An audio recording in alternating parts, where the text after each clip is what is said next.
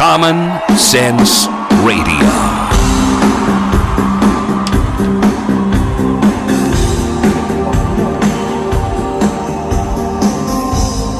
Good morning, you bunch of drunks.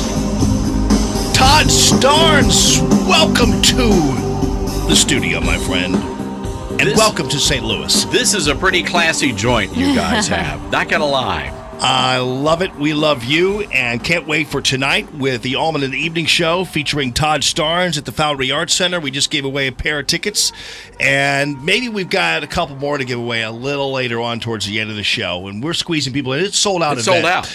Weber Chevrolet sponsoring us, and we really appreciate that. And I got my first tweet accusing me of promoting drug abuse, Todd. And it was from one of my followers. It was, actually. It was. So I'm wearing a shirt. It's Boast. They're a product line for squash and racquetball and that kind of thing. And they put a Japanese maple leaf as kind of their symbol. That's their symbol, is a Japanese maple leaf for whatever reason, a conversation starter, whatever. And it looks like a marijuana plant. But it's not. It's a Japanese maple leaf. So I was able to call one of your followers a fool. So it's great. It was fantastic. I liked it. We can fight with each other's followers. It's fantastic. This is pretty cool. I have to say hello. Can I give a shout out to a couple of our Twitter followers? Please do, Todd Starnes. Razzleberry. We love you, Razzleberry. And also Madonna. She's a big fan. Oh. Not that Madonna, but the other Madonna. Are you sure? I mean, how do you know Madonna isn't a big fan? Well, let me tell you who is a big fan. This is kind of creepy, but kind of cool creepy. Two of the wives of the Supreme Court justices are big fans of mine. Nice. And they're a lot of fun. One of them actually is the chairperson of the Deplorables of Northern Virginia. The Deplorables Guide to Making America Great Again. It's a great book. You can buy it tonight and get it signed as well as everything else. And we're going to have a great show for you tonight. And, of course, it's going to be also, there's also going to be a little contest I'm going to walk you through. Before you hit the stage, Todd, I'm going to walk the people through because we're going to be giving away the Resist We Munch T-shirts, you know. Resist, we munch. So here's how that happened, okay? Yeah, it definitely needs the background here. A little bit of background. First of all, one night, speaking of Twitter, all the whole so-called resistance movement is going crazy, right? And they're all on Twitter, and they all hate Donald Trump and everything else. And for whatever reason, my followers and I had enough. We wound up in this swirl where we're trading recipes for fried chicken and hot sauce and cornbread. And I thought, isn't this funny? While the resistance is going nuts, here we are, our happy conservatives who are happy about the future, everything else. And conservatives are generally happy people, and trading recipes. And so they have their resistance movement. We have our Resist, We Munch movement based on the Resist, Al Sharpton. we munch. And then Annie Fry, who is a local radio host here as well, and a friend of mine, made up shirts that say Resist, We Munch. So we're going to lay one on you tonight. Brilliant. Yeah, that'll be great. I love cornbread, too, by the way. Well, I mean, listen. doesn't? My Twitter followers, who are probably also yours, they know them some recipes. So Get that cast iron skillet. yes. By the way, speaking of food and other things like that and drink, this Pepsi thing is confounding to me as the Black Lives Matter bullies managed to push around on the internet Pepsi to the point where they pulled an ad as if I realize that for whatever reason for these folks, nothing, if you're not spitting on a cop, you know, it's unacceptable. So handing him a Pepsi apparently is the worst possible crime you can commit. I thought it was a good commercial. Yeah, I didn't have a problem with the commercial aside from Kendall Jenner being in it. I thought it was I thought it was just fine. But honestly, it was pretty brilliant though for Pepsi. I mean, you know, they're getting a lot of free advertising, free promotion out of this. But you know, this Black Lives Matter movement, they're off the rails now. You know, it's they're accusing people of appropriating their protest, so on and so forth. I don't know. I just didn't have a problem with the commercial. I'm with you on that. I didn't either. And you know what? You know what the Pepsi commercial was? It was a Coke commercial. And it was a Coke commercial from the 70s, repurposed with a cultural phenomenon regarding just simply a protest that we see all the time. And they were promoting togetherness, which they stole that from Coke, and more power to them. But my goodness gracious, the response was so horrible.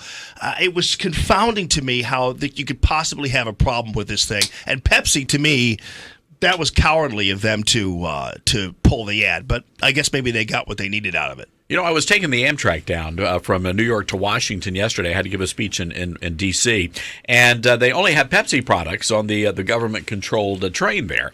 And so I posted a photo on Twitter, and I caught all sorts of flack from people. Like, why are you drinking Pepsi? You should be drinking Coca-Cola. So you're a good Southerner. So. Well, you know what?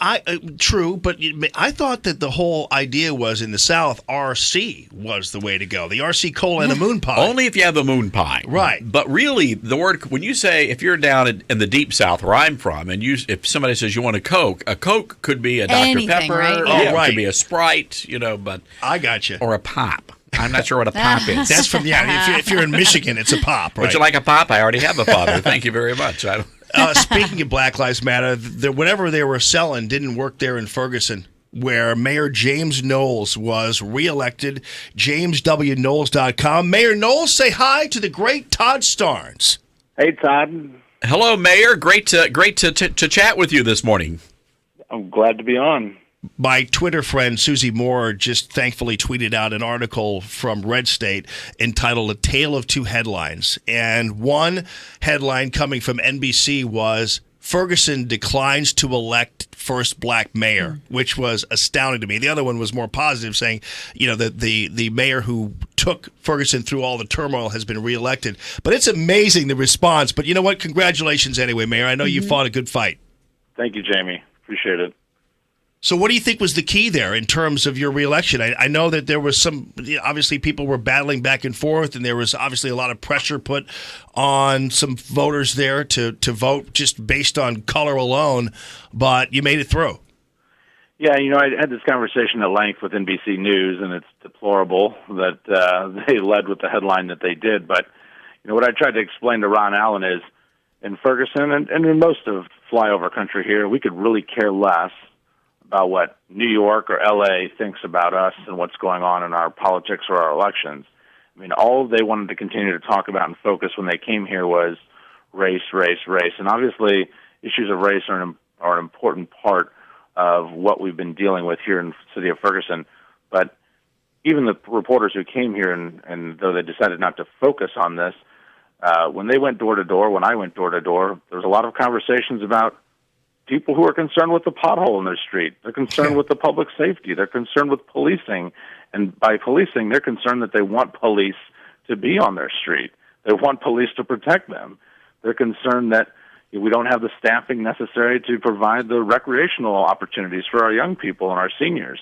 These meat and potatoes issues are extremely important to people, and clearly that's what people voted on. Even the Post-Dispatch, the liberal paper that it is, said that by far I was the most qualified and capable to lead us forward, especially on these issues.